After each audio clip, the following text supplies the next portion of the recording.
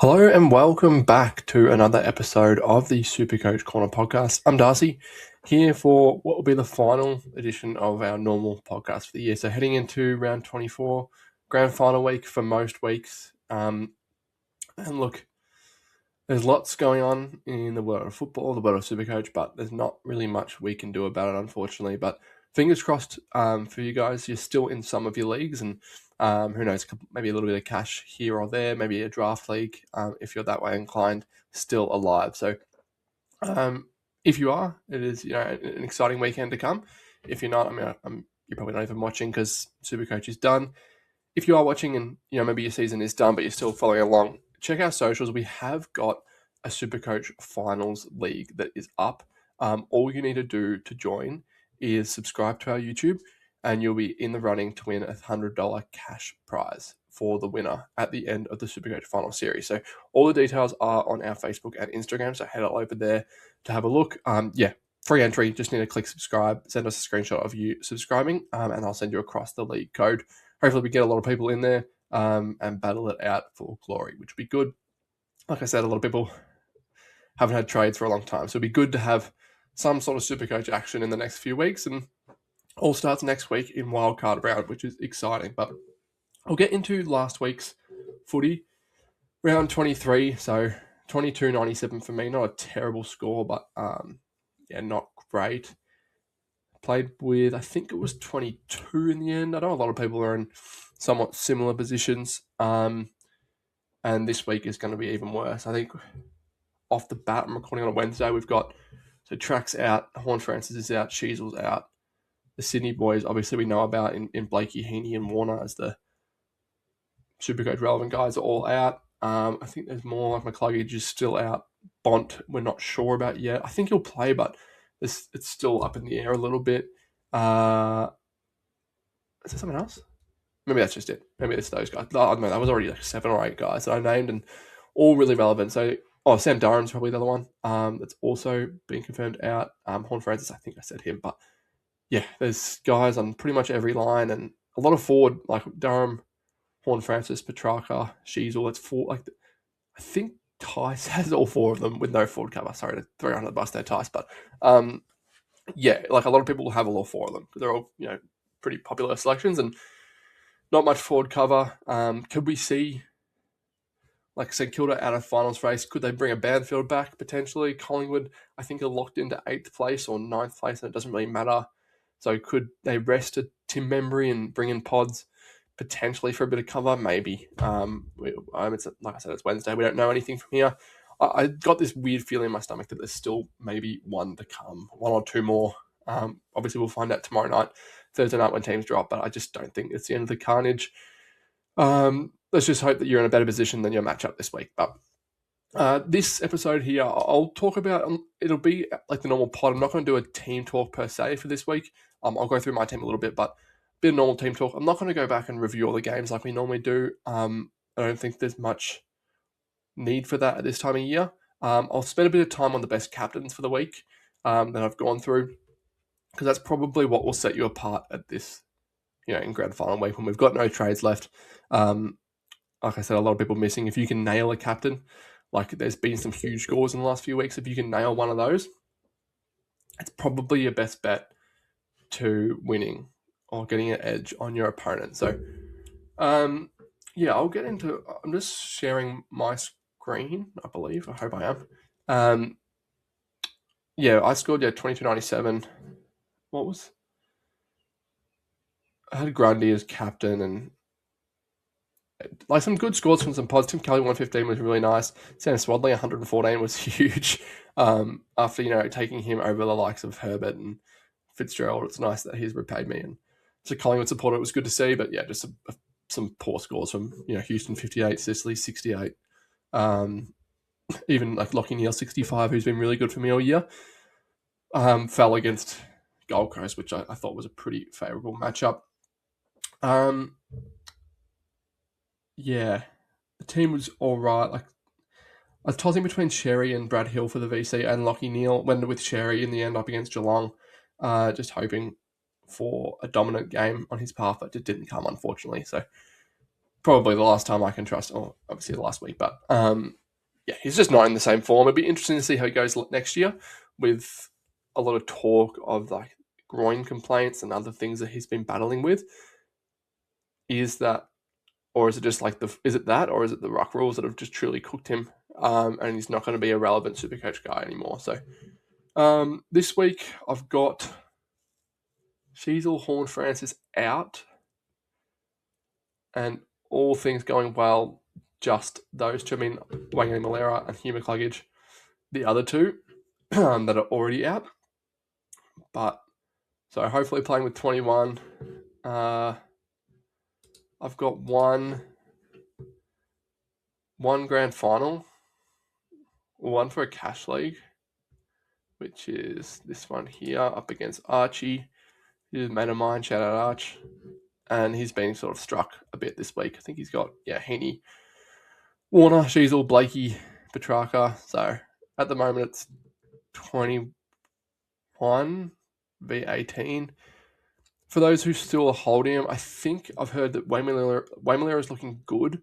I think any other game he'd be playing. It's just whether they be precautious this week and give him an extra week. From all reports, he's training fine and would normally be fit, but they might take the cautious approach with him. In terms of captains, I'll go through some of the best options. I think the standout one for me this week on Saturday night is Baz up against Richmond, considering, hoping he doesn't get the rest. Like, obviously, he's been one over the last couple of years that has been prone to the rest. So I'm hoping that he keeps his spot. I think, can I get the ladder here? No. No, that is. Hoping, let's just have a quick look. Does Geelong, can they make, they can still technically make top 4 if they win and like Hawthorn or Brisbane lose and Melbourne lose as well. The percentage is pretty good. So they'll need to win and win big. So they probably will bend their best side, you'd expect, and hope that, Collingwood beat Brisbane, or I think Hawthorn have the West Coast. So, they'll be probably gunning for us and Melbourne to lose, who I think have doggies. So they'll need to win. I think he's probably the number one if he plays. Some other good options that I like. I think Gawn up against not even Tim English, whoever's rucking at the moment. I think it was Rory Love for the most part on the weekend, just gone. And I think English is gone for a little bit longer. So, yeah, Rory Love, the main ruck there, and Matt Kennedy, the only guy with another hit out. So I'd be backing in Gawn and Baz as my two guys. If you can, loop one into the other, that's probably where I'm going to go. Gawn into Baz. Pretty popular 2 selections. But it's late enough in the round that, if it started poorly for you, you have a chance to pivot and maybe go for a little bit of maybe some left field guys to try and get a leg up on your opposition. So, let's say your opposition has a Will Ashcroft who goes 150 and then a Luke Jackson who you don't have on Saturday afternoon who goes 160 and you're behind the 8 ball, and he's also got Gawn into Baz. There might be some, left field guys you could go towards to help you win the matchup. And as always, there will be an in-depth analysis into all of these guys on our socials, mainly our Facebook, that goes into all the best options for this week in terms of captains. But I'm just going to give a brief overview over the best choices this week. So I think the standouts are those two, but some other guys that you could look towards if you needed someone. I mentioned Ashcroft. I think Neil and Ashcroft up against Collingwood should be reliable. It's just the Ed Allen tag is the only thing, and who it goes towards is the question mark. With no McCluggage, it'll be one of those two. I think my gut tells me it's Ashcroft just due to his form, but it could be Neil. Neil's always the guy that gets tagged, so they just run the same thing there. I think Collingwood have, Ed Allen's tagged the guys that are more damaging, and I just think that Ashcroft is a little bit more damaging at this time. So, and has been a big driver of their scores. So I think that they want to stop him. So my gut tells me he goes to Ashcroft. So could you go to VC O'Neill? again, if you're fighting against the norm and you're wanting to find an edge, I think it's maybe a little bit too early in the week. You could wait a little bit, but there are those two guys who have shown over the last 6 weeks that, given the right matchup, which this has been in this year, they can go big. But it's making sure that you get the flip of the coin right. So you own both of them. Which one will you go towards? Luke Jackson's probably the other one. I'm not a Luke Jackson owner, but up against Carlton, Pitnet has given away some big scores of late. Even up against Lob last week. Pitnet was good, but Lob got involved. So I don't think Lob scored 78, so 5th top scorer for the Dogs, which is not the worst. Week before was up against Sydney. St Kilda. Rel Marshall scored 88. Tom DeConey, I think, was injured for most of the game in that one. But Pitnet's not the easiest ruck to score against, but Luke Jackson has shown recently that he can score big up against anyone. 150 against Gorn a couple of weeks ago shows that. So he could be your guy. Carlton have locked away that spot. I don't know if they can climb much higher. They would need to win. I don't have the ladders on here either. But yeah, they need to win. I think they can go up to 9th or even 8th potentially, and play Collingwood in the wild card. But it's a tough game. I think Luke Jackson will continue his form. Do they rest him? Give Sean Darcy a crack with Mason Cox? Potentially. That's one to watch, but I don't think so. I think he's fit enough and firing enough that they can keep him going. Some other guys I think could be good captain option. Ed Richards, his form's been great of late. Let's have a look. And his form against Melbourne has also been really good. So 134 on the weekend, 5-round average of 122.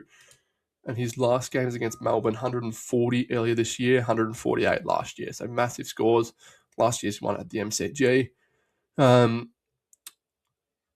Most recent game at the MCG, 109. That's the only game he's played there this year. So it doesn't have heaps of history there. And we know Melbourne's a tough matchup there, but I still think his form is good. Bond is the other one. Obviously Bond is always in captaincy calculations. Coming off a rest, we don't even know if he's playing. Will he get attention? I don't think so. Tholstrup's been doing jobs more on the half forwards. So I don't even know who would go to for the Dogs if that's the case. But Bont also has a decent record against the Ds. 119 plus in his last 3, with 2 of them being at the G, and scored 106 earlier this year at the G as well. Not a bad option. I think if he's back, I'd be probably more inclined to go Ed Richards. I just think the pressure off him and his form could be something. So that's probably getting towards the time of the week where, like I said, if the first few games didn't go very well in your matchups, you need something to set you apart. Maybe a VC on Ed Richards could set you apart. You could go another 140 and then you bank that a Bailey Smith underperforms or Gorn or whatever that might be. So here's someone I don't mind. Brad Hill. Is that crazy to say? We saw it on the weekend against Richmond, I think it was, with his 139. And he's got Gold Coast this week who have been leaky all year. He just gets cheap ball, heaps of it as well, at Marvel, which he loves playing at Marvel. His scores there this year have been all the back half of the year when, his scoring really picked up 113, 138, 114, 96, 115, and then the 139 at the G on the weekend. But he loves Marvel even before. He's been a lot better, obviously, since Sinclair's gone down. So huge scores for him. He's someone that, the unfortunate part with him is, it's tomorrow night, so it's not like you get the same sample size before making that call, but it is something that could really set you apart. Maybe you have 2 less players playing than your opposition and you really want to take a left field call. It could be him. Rankin, the other one, you just can't go past his form at the moment. Up against Giants on Saturday night, I don't mind Rankin or Dawson. Geez, Rankin's 669k. That is absolutely wild. Let's have a look. I don't find history on this thing. I always struggle when I'm on the here it is. I'm on the computer. I only use it to record videos. Otherwise, I'm doing most of my stuff on the phone. Traded in Not McCluggage. Where is he ranking? 392k, so that's crazy. In round 18 as well. So it's been like 4 weeks and he's scored and he's gone up near on 300k. Wild with the scores he's been providing, but Giants obviously have sent people done tags in the past is what I'm trying to say. On the weekend, it wasn't Bedford. So Bedford was laid out. Connor Stone came in and ran with Harley Reid. You'd expect Bedford comes out and if you're going to take anyone in the comp right now, it's arguable that Rankin is the form midfielder in the comp. So you go straight to Rankin. Does that leave Dawson a little bit up, who's been maybe underperforming a little bit of late? Is there a big score coming from him? Adelaide would love to push into that top 6 to give themselves a week off, and they can do so pretty easily if Geelong lose or Melbourne lose or Hawthorn lose and they win. So add a bit of percentage on their side. So they're going to really be wanting to win on Saturday night. Dawson could be leading from the front. So I like both of those guys as well, but they're probably the main guys in terms of could you go a GWS defender? Whitfield's been okay of late. Ash had a big score on the weekend. I just can't get them right. Every time I've had a feeling that one of them would outscore the other, it's always the other way around. It's pretty big. If you wanted one of those guys captain last week, I would have gone Whitfield, and then Lockie Ash had the game that he had. So it's hard to predict with those two. I wouldn't be that confident. Nick Dacos is the other one. I didn't even I just fully overlooked him against Brisbane. Has a good record against Brisbane. Didn't play earlier this year from memory. Was late out, but 110, 112, and then obviously the 172. He's had attention. I think Jared Berry has gone to him at times. Dunkley has gone to him at stoppages. I think they'll Nolan's that hard tag on him has sort of dropped off a little bit because it's just not effective. Because you'll just run off them. So they'll just sort of go the team approach at this stage. And apologies. And yeah, I like Dacos as well. Both teams need to win. Collingwood maybe not so much, but the issue with him is I just feel like there's also managed minutes coming. I know everyone's saying David King's saying that's ludicrous if he plays this week. I think he plays. I don't see Nick sitting out a game just for a rest. I think he plays, but I think there'll be some management within game. Does he go forward? Does he have some minutes off? I'm not 100% sure. But, yeah, he's probably the other guy. Pretty safe. Don't know if it's going to get you the leg up, but Collingwood, yeah, he'll want to get some form before next week's wildcard game. So he's probably the last one. But, yeah, LDU, no Sheasel, and I think I was going to say James Jordan goes to him, but no, James Jordan will not be going to him. Yeah, could you go LDU against an underperforming, undermanned Sydney side, I should say, potentially. Went out outsiders against North, which is crazy. Yeah, I mean, you could. In my head, it was a tag coming. I don't know who would tag him now. Rowbottom could do a job with him in the midfield, seeing as a lot of their midfielders are out. So could be the case, but I probably wouldn't trust him with the C on the Sunday again, unless you need the leg up and you can bank that. Grundy's other one. I don't think he has Grundy and Sherry. Obviously, I mentioned at the start. I'm not going to go to Sherry again, but Grundy doesn't have a great record against North early this year, just the 96. Had a good game last year, the 150, but yeah, I don't think his form of late, it's just not translating to scores. Had 25 touches and dominated the ruck on the weekend and scored 114. So, yeah, it's just not translating to big scores. Who knows? He might want to leave from the front on the weekend and sort of try and bounce back as a club and see that they're still a force to be reckoned with come finals, but just speculating at this point. So anyway, that probably sums up this week. If you have trades left, you're probably in a really good position, but I don't think anyone does at this point. So fingers crossed you get the win and maybe win a little bit of cash or get some bragging rights within your mates. It'll be a good way to finish the year. Again, check our socials. Subscribe on YouTube and send us a message, and we'll get you involved in the finals league for your chance to win $100 as well. It's free. You may as well just have a crack at it. Who knows? And it could just be a free night out for you guys. So thanks again for listening. We'll have some finals content coming next week. Tyce is back soon, so me and him will probably have our finals team reveals or something like that next week as well. So keep an eye out for that. But until next time, I'll speak to you then. Thanks, guys. Cheers.